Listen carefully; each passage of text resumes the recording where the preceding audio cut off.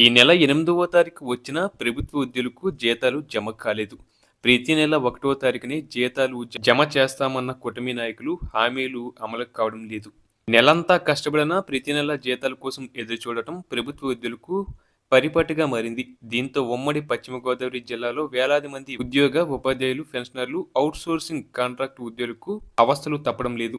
ఉమ్మడి జిల్లా వ్యాప్తంగా దాదాపు 70,000 మందికి పైగా ఉద్యోగ, ఉపాధ్యాయులు ఉన్నారు. ఏలూరు జిల్లాలో 38,000 మంది, పశ్చిమ గోదావరి జిల్లాలో 29,000 మంది పలు శాఖల్లో విధులు నిర్వహిస్తున్నారు. వీరితో పాటు సుమారు 20,000 మందికి పైగా పెన్షనర్లు ఉన్నారు. అలాగే సుమారు 15,000 మంది అవుట్సోర్సింగ్, 17,000 మంది కాంట్రాక్ట్ ఉద్యోగులు పనిచేస్తున్నారు. ప్రతి నెల వీరికి 1వ తారీఖున జీతాలు, పెన్షన్లు చెల్లించాల్సి ఉంది.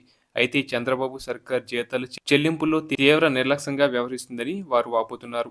1వ తారీఖు జీతాల చెల్లింపు ప్రక్రియకు చంద్రబాబు ప్రభుత్వం వక్రభాష్యం చెబుతుంది.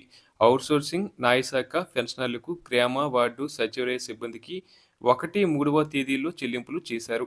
అయితే రెవెన్యూ, ఇరిగేషన్, జిల్లా పరిషత్, cooperative, BC welfare, social welfare ఉద్యోగులు, న్యాయశాఖలో ఎస్సీ, ఎస్టీ, ప్రత్యేక న్యాయస్థానాల సిబ్బంది ఇలా పలు శాఖల ఉద్యోగులకు సోమవారం 8వ తేదీ రాత్రి వరకు జీతాలు జమ కాలేదు.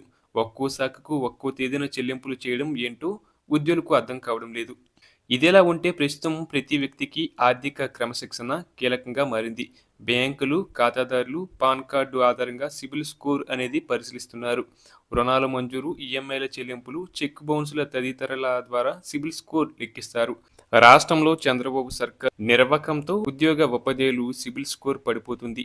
ఈఎంఐలకు ఇచ్చిన చెక్కులు, రుణాలు చెల్లింపులకు ఇచ్చిన చెక్కులు బౌన్స్ కావడంతో సిబిల్ స్కోర్పై ప్రభావం చూపుతుందని ఉద్యోగులు అంటున్నారు. జీతాలు జమ కాక ఖాతాలు ఖాళీగా ఉండటంతో రుణాలకు సంబంధించి బ్యాంకుల్లో ఇచ్చిన చెక్కులు బౌన్స్ అవుతున్నాయని వాపోతున్నారు. సంవత్సరం చివరి నెల కావడం, క్రిస్మస్ వంటి ప్రధాన పండుగ ఉండటంతో ఉద్యోగులు తీవ్ర ఆందోళన చెందుతున్నారు.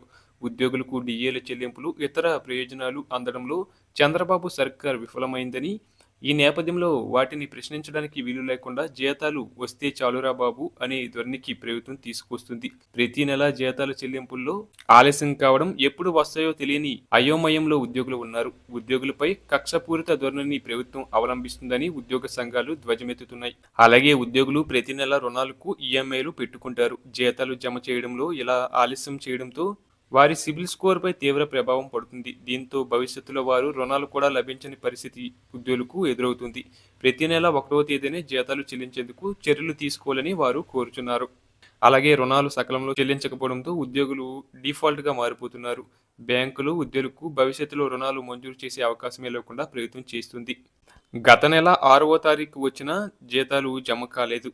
ఈ నెల ఇప్పటి వరకు లేవు. నా 33 ఏళ్ల ఉద్యోగ చరిత్రలో ఎన్నడూ ఇలా లేదని జిల్లా పరిషత్ ఉద్యోగుల సంఘం అధ్యక్షుడు శ్రీధర్ బాబు వాపోయారు.